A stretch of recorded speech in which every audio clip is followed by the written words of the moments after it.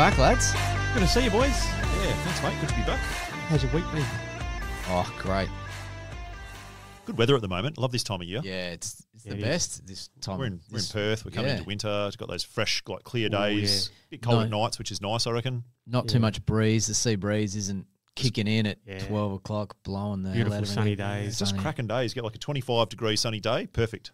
Sometimes a bit of swell around at this time. Yeah. There hasn't been too much lately, No. which is a bit disappointing. April, generally, you can get some good swell. Yeah. But yeah, I've turned my pool heater off for the winter, and now I'm jumping into the pool in the mornings for my cold water immersion. Do you know what temp it is? I don't, but it's definitely colder than my cold water showers I was having during the summer because the pool Takes the breath away a little. The pool was warm in summer, so now, the pool is cold. Yeah. But it's so invigorating. Yeah. My skin numbs, and I get out and I walk around naked It's for an a while. amazing feeling. And I get the water, the Naked? garden hose. I get the garden hose and I spray myself to get a bit of chlorine off me. And that water is freezing cold coming out of the hose. But it's such a good feeling. Yeah. I highly recommend it for people. It's a great way to start your day. Mate, are you a jumper in it or do you walk in? I wade in. Yeah. Yeah, I can't jump in. Yeah. That really takes the breath away, hey? Yeah. Do you get your head under? Yeah. Yeah. Yep. And even just mammalian back of the neck. gag reflex? Yeah. I don't really suffer that with my head under, but Yeah. the back of the neck. So I'll go up to the deep end to my jaw level. The back of the neck, as soon as that goes under, it just like triggers something. Yeah, it's such a good feeling. Cool down the old brainstem. Yeah. Yeah, but it's a good feeling. Yeah. Yeah. The old fella doesn't like it too much. He shrivels up. Your dad? Yeah. There's a good Seinfeld episode about that. Yeah. Shrinkage. Yeah. It's about that cold. Yeah. Yeah. Yeah, anyway. We're talking about regenerative farming today. So leaning into the last few episodes that we've done, maybe this is the solution to save the world.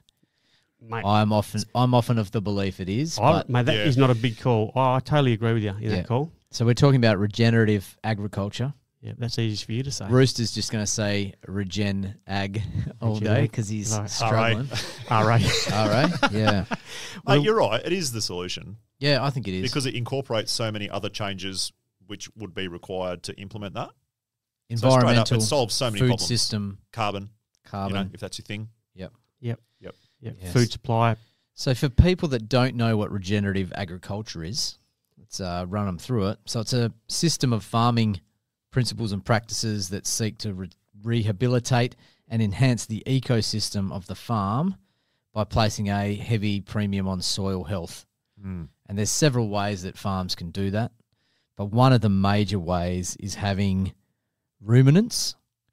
So ruminant animals are sort of hooved, herbivorous, grazing animals. So cattle, sheep, goat, bison, elk, antelope, giraffe is a ruminant animal. Are they? Llama.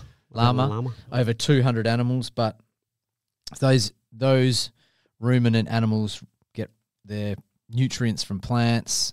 They've got sort of special stomachs that ferment the plant matter. They kind of regurgitate it up. Or shit it out. Re-chew it. Oh, right, okay. Yeah, so they've got... So, is that a thing, is it? Yeah. So is that why they got two stomachs? Well, cows got...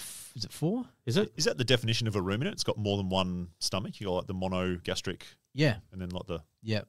multi-stomach. Yeah, so they, chew the grass or the plant matter, regurgitate it up, and then sort of re-chew it. And yeah, right. There's a process. Then they shit it out, yes.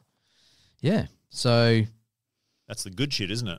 Yeah. That's the shit we good want. Stuff. So those ruminants that graze, eat, and then expel their waste, that sort of acts as a fertilizer, and sort of then they move around, and that pushes the fertilizer into the soil, aerates the soil with their hooves. Yeah.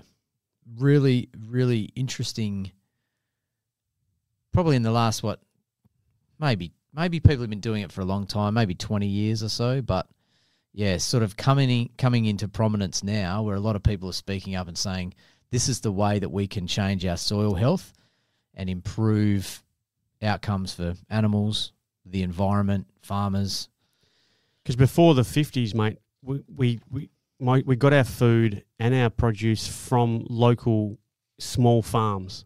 We probably pretty much were just reliant on regenerative ag at a point, weren't we? Yeah. And then there's been this fork in the road where we've gone, hey, we can use all these fucking chemicals and different It's procedures. the industrialisation of farming, pretty much.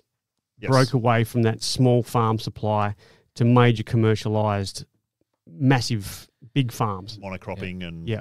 Yep. Where you're producing, like back in the day with a small farm, you're probably producing less quantity but better quality.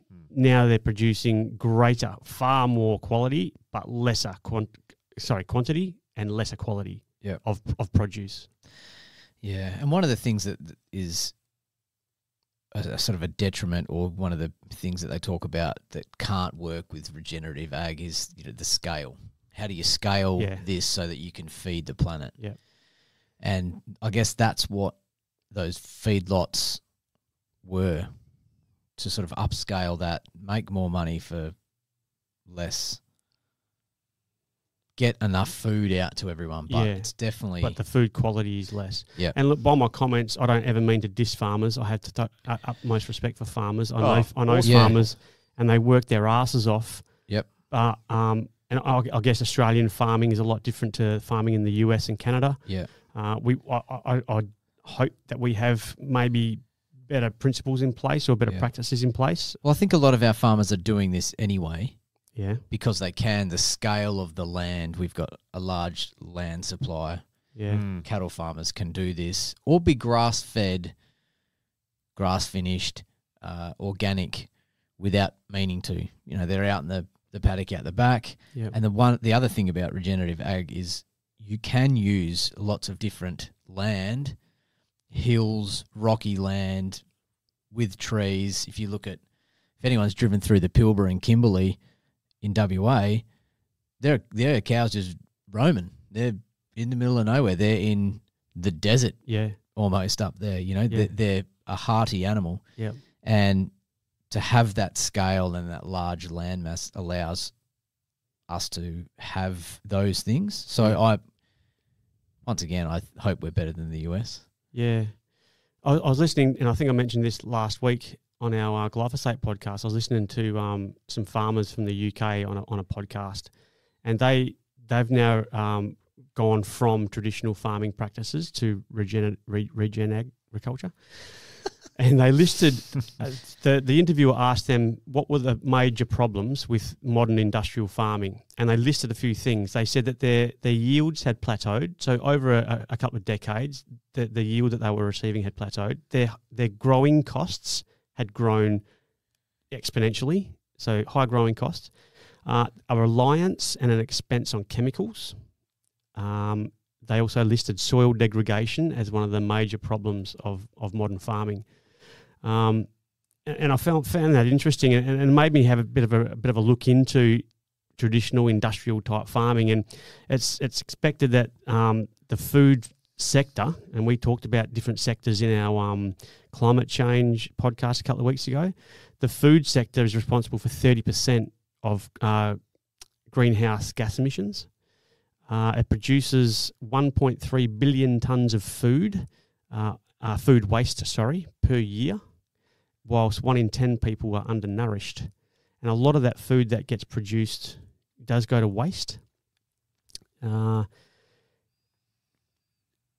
farmers also mentioned that previously, before they transitioned into regenerative agriculture, they were working against nature.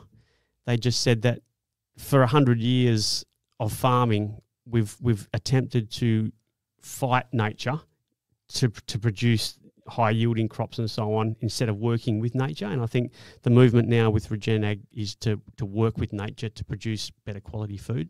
Yeah. Well, like you mentioned there, with the issues that those farmers had with poor yields, high costs, having to use lots of chemicals and fertilizers, which also increase the costs, what is one way to solve those problems?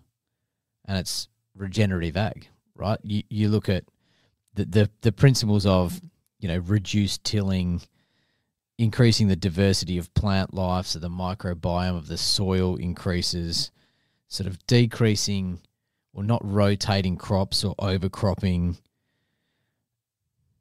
mess with nature less. Yeah, essentially. So is I thought rotating of crops was a good thing. So to let one paddock rest for a season or something, so they rotate a certain crop, or maybe they're rotating the type of crop. Sorry, crop covers. Yeah, so rotating and having crop cover. Gotcha. As in, letting grasses grow. Yep. Letting weeds grow. Yep. So that then, when the rain comes, it doesn't wash away because you've tilled the soil and it's killed the microbiome and it can't sink in. Yep. But rotating through paddocks. Yeah. Yep. And then when those farmers do rotate through the paddocks, they've got rich soil for possibly planting a crop, possibly having more ruminant animals in there, which then eat that grass, various different diversities of grass. Recycle the CO2 process. Yep. Yeah. So if you are ploughing and tilling the soil, one of the problems is that it erodes the topsoil. I think you talked about it in the last episode about those two farmers and having 3 meters of soil disappear, which seems like a crazy amount, but it doesn't really when you think about what we've done to the soil. You put the same crop on it every year. You turn it over, wind comes in, blows it away. Yeah. Creates sort of bare, compacted soil that no rainwater can get into. Then add on top of that your chemical, your fertilizer and your glyphosate usage. Yep. So if you're not tilling the soil all the time, you're minimising that soil disturbance, you're increasing the soil, the organic matter in the soil, the ability for that soil to hold water, which increases plant growth. You're sequestering carbon from the atmosphere. It's the plants are using through photosynthesis carbon, pulling it into the soil and then using those to create nutrients, which then the ruminant animals eat. It's a bit of a cycle as it goes through. Yeah, mate, it's almost like Mother Nature's got all this shit worked out. They did. They had it. But if you look at you think about, so they've reintroduced some bison into wetlands where they'd in America, and the whole cycle of Mother Nature returns. The bison then, not that they're the apex predator, but when things are out of whack, those predators can come in, and I think they had excess numbers of. I think they did it also at Yellowstone National Park where they reintroduced wolves. Oh, yeah. And then the wolves, when there wasn't all too many wolves, the deer got out of control because the wolves ate the deer. The deer got out of control, and then they ate whatever they ate, the grass or whatever it was, and then that reduced the wetland's ability to hold water, and there was runoff and drought. And then they reintroduced these wolves, and that natural Mother Nature cycle came back, and it's almost working harmoniously. And the wolves don't get out of control, and the deer don't get out of control because there's a flow of nature. I know that's been a huge debate in the States, the reintroduction of some of these predatory animals, wolves and other things. I've heard some interesting podcasts, and I've heard interesting sort of arguments for both sides. I don't have too much of an opinion on it, but from a Mother Nature point of view, it makes perfect sense, doesn't it? Like you've got this... The ancestral man point of view, it does, yeah. It does. I mean, you've got these farmers coming and saying, wolves come in and kill our dogs and kill our livestock and they're killing sheep, and I get that. But at the same time, it's the way of nature, isn't it? Yeah. Like it's hard to say, nature knows best, but we're still going to control part of it. Yeah. It's like, well, if they've been there traditionally, then maybe they're supposed to be there. I don't know what the answer is, but yeah, it's very interesting about the sort of pecking order of nature and how you take out the top dog or, one of the top predators, and things get out of whack. Yeah, they do. Yeah. And that's what we've done as humans, isn't it? We've messed with nature. Well, we've completely taken nature out of farming. Yeah. Now it's just this sterile process, almost this sterile soil where we're just putting in the NPK, the nitrogen, phosphorus, potassium, and almost nothing else. Yeah. Makes really green plants that are pretty much devoid of nutrition. Yeah. Like all the natural levels of like vitamins and minerals and stuff are just absolutely in the gutter compared to where they used to be. Yeah, and I guess as ancestrally we would have farmed with nature, before this industrial agricultural revolution, or what do they call it, the green revolution after the 50s, where industrialisation took over farming, transport, farming equipment, high labour. And all the stuff we're using really is petroleum-based stuff, isn't it? So I heard this argument that like after the Second World War, we had this glut of extra petroleum, and they've essentially turned this into the mechanisation of farming, and also the stuff we put in is essentially petroleum-based. Yeah. And so now we've got all these inputs going in. But I guess what we've seen over the few decades since that time is the separation from the consumer and the farmer. So I have no idea when I go to the shop where my fruit and veg come from. Whereas back in the day, we would know. So there was that connection to me as the consumer with my farmer or my provider. Yeah. Now that has gone. So I live in a city. Farms are located on the outskirts. They farm. I don't know how they farm. Transportation brings it to the city. I go to a supermarket. That food could have stayed in some sort of refrigeration process for however long. It's probably not even come from my local state. It's probably come interstate. Could even come international. On a plane, yeah. On a plane or a cargo ship, and it's been in refrigeration for months. Then it comes onto my shelf at the supermarket. I feel it for its texture, its ripeness, whatever. I take it home and it doesn't taste like it used to when I was a kid. So last 3 days at home, and last 3 days, and then you got to throw it out. It's there's this separation, I guess, between the consumer and our provider, our farmers, which I think needs, and the regenerative agriculture brings that connection back a little. Yeah, you connect more with your local, your fresh market. Yeah, whether that be meat provider or fruit and veg. Yeah, I'm with you, mate. I really respect farmers. All sorts of farmers, no matter what sort of farming you do. It's a really like a noble way to make a living, don't you reckon? Like producing food or a product for people that essentially sustains us. Working on the land. With nature. Seems like a really honest way Yep. to be. Obviously today we're talking about like regenerative ag, but if in another life I actually wouldn't mind being a farmer. Yeah, I'd often thought about it if I could. It seems like now it's extremely, you've got to be quite financial to be a farmer. Yep. You're not like going out and buying 100 acres for few $1,000s and buying yourself an old till and off you go. Well, all the equipment, the setup and the combine harvesters are millions. Whereas back in the day, I think it was very much a grassroots thing, wasn't it? Like most people would live on a bit of land, and even on small plots. Before we got into this like large scale agriculture with monocropping and stuff like that, a lot of people were producing a lot of things, and it was almost more like a trade type thing where, maybe you only live on 5 acres and maybe you produce a hell of a lot of X, Y, Z, and Joe Bloggs down the road creates this, and more of a natural sort of like community-based thing where now we've got these behemoth bloody farms that are, 10,000, 1 million acres just growing corn. Yeah. I never saw that in nature. That doesn't seem like too much of a natural thing. Yeah. And your point there, mate, the word that you used was small. And Jones, you hit this on the head at the start of this discussion, was the going back to small scale farming. And it's unfortunate that small scale farmers are the ones that have been knocked out by these multi-corporation, massive farms, like the farms that produce tons of calorie deficient food for the sake of profit and not for the sake of what they're producing. You've got your small scale farmers, which they reckon occur mostly in developing or non-Western countries and actually contribute to about 50% of our food.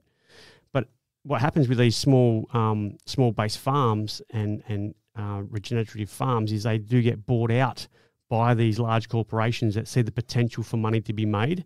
They overdevelop the land, they squeeze the local farmer out. Therein lies your next major corporate sort of farmland based on profits and not quality of produce. Whereas the small farmer was actually, rotating his crops. He had animals on his farm as well, and producing food in a sustainable way. And he or she probably didn't produce like one crop. Now I'd be like, what do you farm? I just farm corn, or every now and then every third thing I rotate some other crop in. But I guess when you had like a more of a natural sort of regenerative farm, you're making a little bit of everything. Yeah. You've probably got some ruminants. Maybe you've got some poultry. Maybe you're growing some crops. Maybe you've got some trees. I guess a whole is that gamut of different things because you're doing that sort of natural cycle. Whereas now it's like, oh yeah, just grow 10,000 acres of corn. And are we naive to think that that small amount of everything probably doesn't bring enough money to the table? Would that be fair to say? I mean, that would be hard to make a living to sell small amounts of everything. I guess I don't know the farming economics. Yeah, well, you would think a large scale wheat crop would be more beneficial, profitable for the farmer than having that have, I don't know, 50 head of cattle on it roaming around. And then how often do you slaughter them, and how do you slaughter them? Yeah. Do you then have to take them to an abattoir that they get done, or they get sold there, or, you know? And that reminds me of that podcast with Joe Rogan with his guest was Will Harris. It's episode 1893. I made a point of it. Was he the slow-speaking guy with the southern accent? From he was interesting. White Oak Pastures. White Oak Pastures, yeah. And for anyone that's interested in this, I'd really recommend having a listen to that guy. He was such an interesting guy to listen to. But he actually noted that, and from memory, it was around 30% his decline in profits from him going to regenerative agriculture than traditional farming. There you go. But he was prepared to wear that loss for the sake of his next generation of family coming through to look after the farm and still have a farm. Yeah. And also to be prepared to take that loss to produce good quality product. Yeah. And I think he'd be doing all right now. At a no detriment to the environment. So he's also looking after the environment as well by the way he farms. Well, he's reducing carbon. Yeah, did he say he was actually sequestering carbon because he's making new soil? Was that fella? I'm sure he spoke about that. He has done previously. Because healthy soil will sequester a hell of a lot of carbon. Yeah, it will. Yeah. Yeah.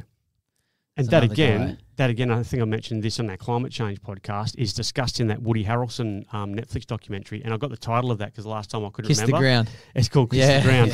And if anyone's interested, there's a website, kissthegroundmovie, all one word, .com. And you can get some information on there. You can download the video from it.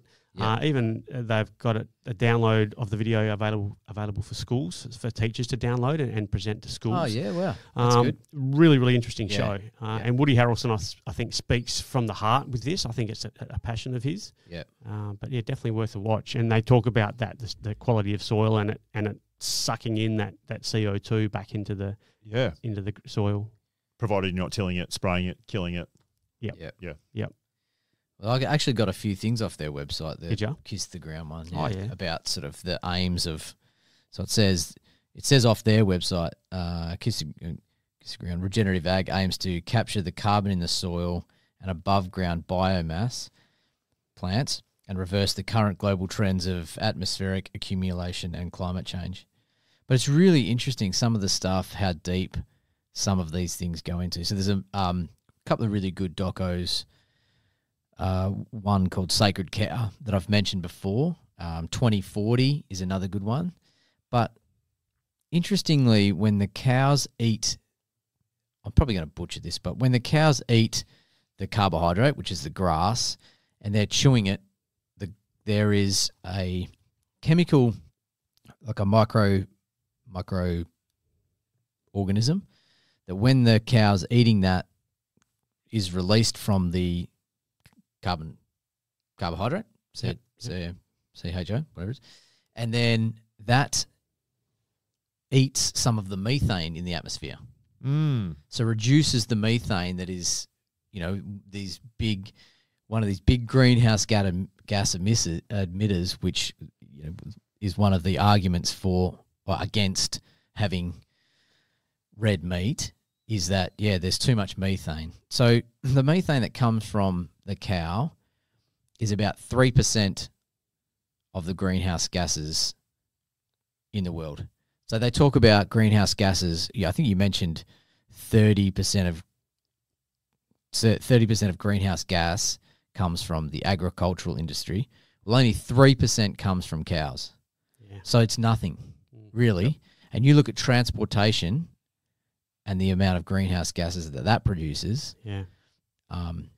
Transporting all these monocrops around the world contributes to that. Yeah. And it's a crazy amount. Going back to the distance we are away from our provider. Yeah. Well, that's the interesting thing about this monocropping is you've got this massive supply chain. It's got all these inputs. Yeah. You've got all your chemicals. You've got all your things required to run a farm now.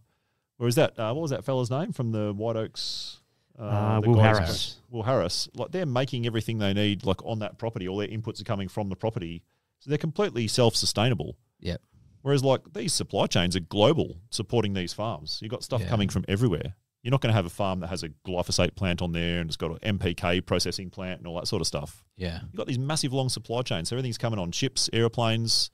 If that breaks down, that's a big drama. Yeah. Huge drama. But isn't it so against the narrative that we're getting spun? That, climate change is because of cows and all sort of stuff. But if they really, really looked at it, they would look at the transport that you just mentioned, Smitty, with all the global supply chains and stuff with transport contributing to CO2 emissions. Whereas I don't get how people don't see it. It's crazy. And do whatever you want with veganism, but if you want to, you're not going to be able to feed the planet on plants and monocropping everything. So you've got to have some option. Yeah, and this is the most humane way to do it. Particularly if the plants are not rich in nutrients. So if they're mass produced and the density of their nutrients is poor, we're going to be able to feed the world, but they're not going to be a healthy world. Yeah, and if you look at when monocropping, what that does to, if we want to talk about animal activism, what that does to the insects, the other birds, foxes, all those other things, that's really detrimental to them. Massively. That's not discussed. It's meat is bad, meat is murder because you're killing that cow. But if they're living in this environment for their life cycle, they're living their best life for all of their life until the last 2 seconds. Yep. Then they go. But then, if we have that connection with nature and are thankful for that this animal is providing us the ability to gain nutrients and live, maybe we need to have that connection a bit more. Yeah. And I'm sure animal activists and vegans I'm on the same page. Nobody wants to see animals hurt. Yeah. But this is a good way of feeding the planet, reducing carbon, and being humane and having this animal lead a good life, and then having maybe at its end, saying thank you for helping us to live. Because we can talk about it all we want, but we're the apex predator on the planet, and we are destroying the planet in a lot of ways. And if we don't sort of reconnect in that way, we can go on thinking that we're doing some virtuous stuff by screaming, "You shouldn't eat meat." Well, it's interesting. You see the animal activists invading farmers' properties and accusing them of, animal cruelty and so on, but you don't see animal activists charging feedlots and that sort of thing. Have you seen those feedlots in the US? Oh. The size of those things, they take up massive amounts of land, and it's just a dust bowl with these rows and rows and rows of prison cells where cattle are just standing there eating grains and shit corn-based grains that have been processed. It's horrendous. They're the battery hens of the cow world, aren't they? Yeah, that's exactly what it's like. They're producing shit meat. Yeah. But you don't see any animal activists charging those places, do you? No. And I wholeheartedly agree with them on that topic. That is horrendous. That is not good for the animals at all. Sow stalls for pigs and things like that. There's good and bad. Battery hens, that definitely bad. But I agree with you, mate. If you go back to nature and a natural cow wandering a large pasture with its herd doing exactly what it does, it's got a lifespan. It is going to die. Yep. And whether we think we are or not, we are the main animal predator on the planet. Oh yeah. And if we are thinking we're not, and that, well, we're a bit misguided. Well, I guess as a main predator, I mean that being the main predator doesn't come into it as a farmer, does it? I mean, we farm or we cultivate animals because we don't need to go out and hunt, but we can, as a main predator, we can still go out and hunt game and eat game. But I think farming prevents us from having to be that hunter. Well, that's the thing. A lot of people can't these days and won't do that, and don't want to know where it comes from, but they want to eat meat, and that's fine. That's what that's what it's there for, isn't it? And you hear a lot of people speak about culling their animals that are on their property and harvesting them and eating them, and they feel so grateful for that animal. You know, there's a lot of you can feel the empathy in them, and you can. We know a guy who slaughters his own animals, and he bleeds it out, he harvests it, and he eats it. He shares the meat, and the meat tastes great, and you sort of feel some sort of level of gratitude because you know where it's come from, and there's a better connection to it. Whereas just going down to the supermarket and grabbing a slab of meat under a polystyrene packet, whatever, it's just got no connection. Yeah, I think it's good for people to know where it comes from. And that maybe helps you make a decision. I don't want to eat anything from a feedlot. If you're a meat eater, you know, I'm not going to make that decision to eat that. I'm going to choose maybe spend a little bit more money and get something that's from a regenerative ag farm. And there are places that, lots of them, I wonder though, mate, if you got someone who wanted to see where their meat comes from and they go to an abattoir where a grass-fed animal just puts them off for everything, you know, and it puts them off for everything. But that animal has been looked after and fed and farmed really beneficial way to the environment and to the animal and to the human consumer. They see that and they go, oh no, fuck that, I'm not going to eat meat again. But I bet you they wouldn't be then going to a feedlot and seeing how cattle are treated there. I reckon if they went to the feedlot and saw the way cattle are treated and farmed in that process, and then they saw at an abattoir a well-raised animal, a grass getting slaughtered, they'd probably aim towards the abattoir killed animal. You know what I mean? Yeah. It wouldn't sway them to not eat meat because they would see the animal being treated better than the one in the feedlot. Yep. You know what I'm saying? Oh yeah, definitely. Yeah. I kind of got a lot of respect for vegans that do it for ethical reasons. It's not for me. I couldn't do it. I believe we're meant to eat meat, but I do understand the argument of like an animal giving its life. I get it. I don't think the argument sort of really holds up to like intense scrutiny, but I do respect people that take that stance and they say, oh, I'm too ethical to eat another living being. Like I get their reasoning. Like I say, it's not my reasoning. I eat a hell of a lot of meat and I try to eat animals that have been killed ethically, but I do kind of respect the vegan ethos. I don't respect the vegan ethos that says that like meat's bad for you and it's destroying the planet and you've got to do it for that reason. I think that is just completely shambolic and like there's no like method to that madness. But I do kind of respect the ones that go, well, for like religious or just purely ethical reasons. I get that. Yeah, it's not me, but I get it. I respect. What about the ones that go, oh, but I eat fish? Oh mate, where do you draw the line? You know, they say plants have got feelings, and you know mushrooms have got these amazing mycelial networks all communicating. It's like, where do you draw the line? You know, well, I'll eat fish but not chicken, or I'll eat fish and chicken but not beef, and I don't know, I'll eat pigs because they're stupid but not cows. And I reckon you either know what I mean? You either eat meat or you don't. You know, I eat all meat, but I don't know. Even us, I guess you'd say I'd never eat a dog because they're man's best friend. Everyone's got their own little things, but it probably comes down to how hungry you are. Yeah, still couldn't eat me dog. Oh, no, not you. No. But there's obviously cultures. Your dog wouldn't have much meat on it. No. But I mean, there's cultures that do eat like, you know, horse, cat, dog, you know, different creatures, insects. Yeah. Well, the World Health Organization have said that to prevent climate change, we need to start killing our pets. They made some sort of announcement. It was in the some newspaper in the US. I think we also have to start eating insects. Yeah. Even though we're killing them at a massive rate and the world's insects are disappearing, but apparently we're all going to be eating a lot of bugs because that's the answer. And because farming them is so much better for the environment. Oh, totally, yeah. You can have millions of crickets in a little cricket farm compared to cattle with less methane and CO2 emissions. Have you guys noticed the tendency, though, of the world's richest people to be buying up a hell of a lot of farmland, including like large cattle stations and things like that? What's with that? If it's so bad, why are they buying it all?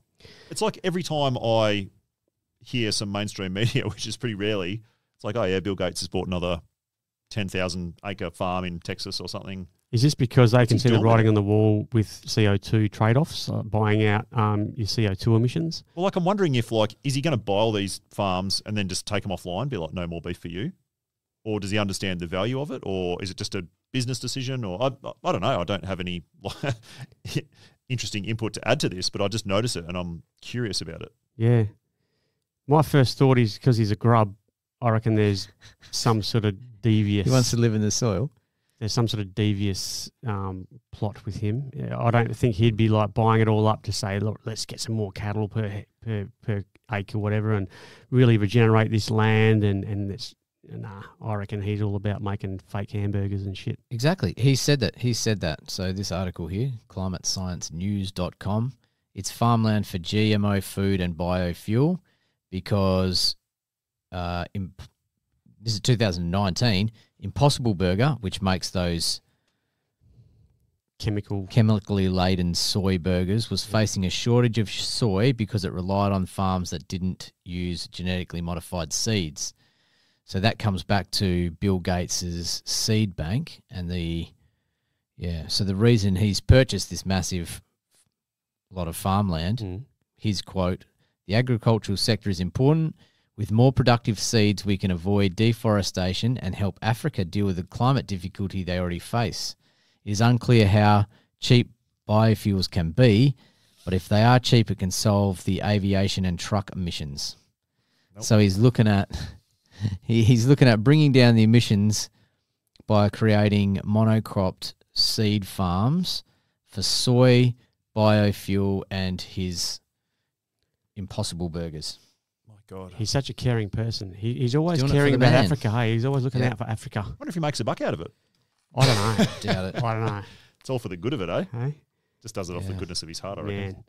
So basically all that farmland is going to be used for producing soy or Genetically some sort of modified seeds, soy, and stuff for biofuels. Wow. What's with this thing about these seed banks and this like patenting of seeds and things like that? How can you patent a seed? Well, they're genetically modified. I get that. Yeah, they've essentially plucked out the component that is resilient to weed killer, glyphosate, and then spliced it and made it this.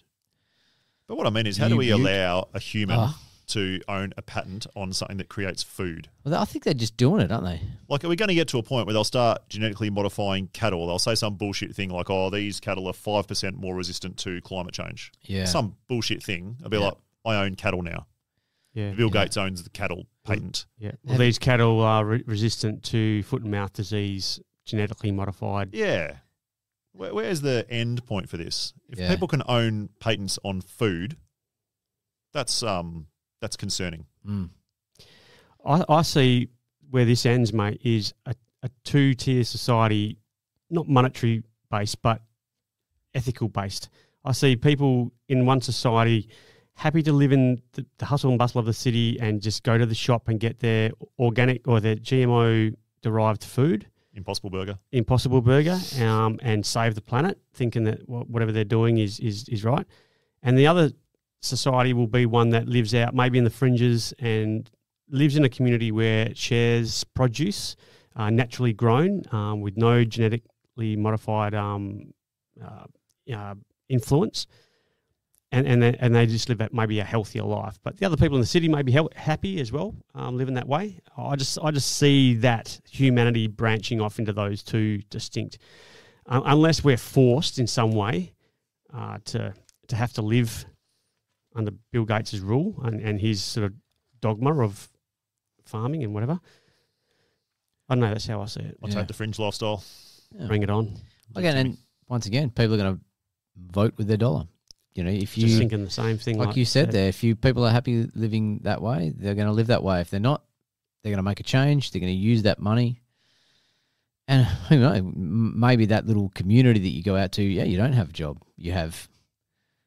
This is a bit far out, really, but you're doing a barter, a trade system. Yeah, you're living on a big communal farm. Do we? Or you're living money for? Or you're running a smaller farm. Yeah, and you're producing something, and your neighbour on a smaller farm produces something else, and so on.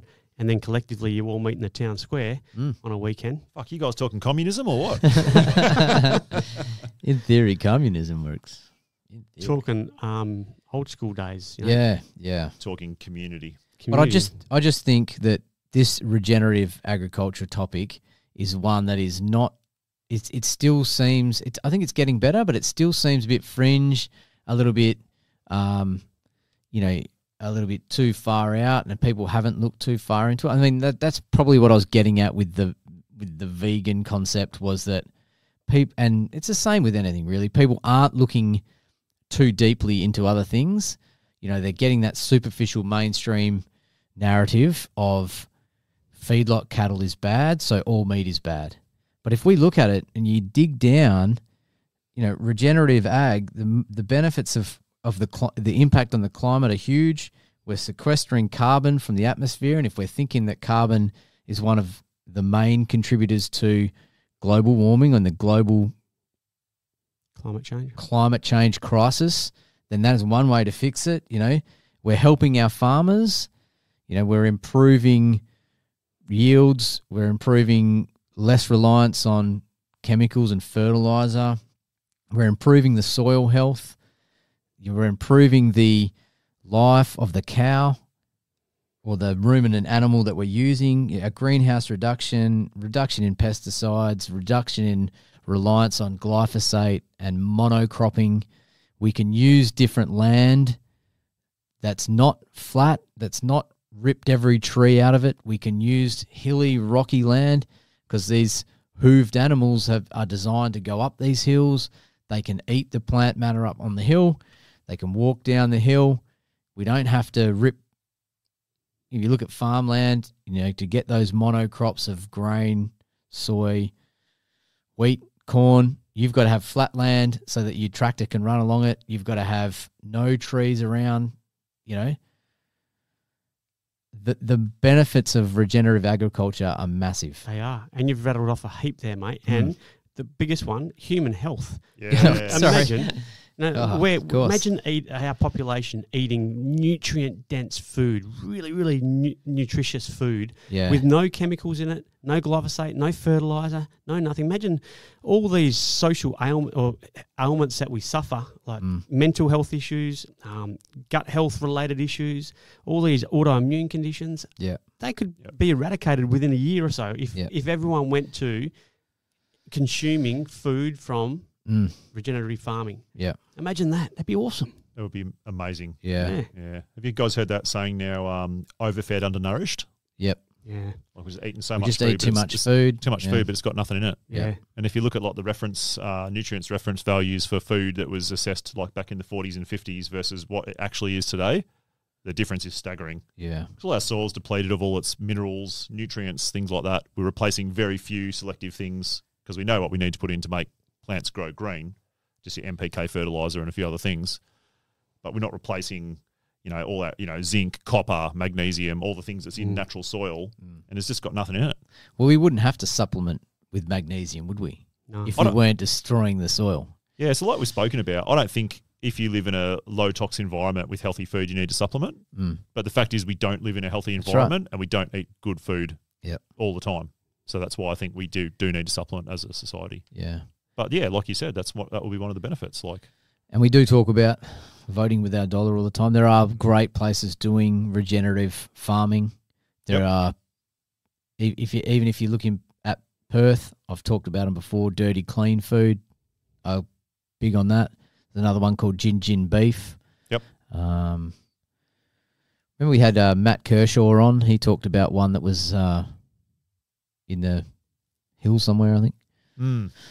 Well, my brother and I maybe should have asked him about this before we started this podcast, and maybe down the track it'd be worth getting him on to back up this podcast again in the future. But he's moved out of his and g'day Chook, moved from his place in Ballina by the beach, and he's moved about an hour inland west from Byron Bay to run a farm. Yeah, and He's been there, I think, a couple of years now, and he and his wife have fully immersed themselves into regenerative farming, and like chemical-free, fertilizer-free, He's adjusting cattle, so people are, paying him an income to have their cattle on his land, and he's rotating crops. He's growing organic vegetables. Wow. How great's that? Man. So he's done what we sort of talked about before. Yeah. I'd love to do that. I'm jealous. And he's had the balls, to go, all right, I'm going to make a living by the beach at Ballina.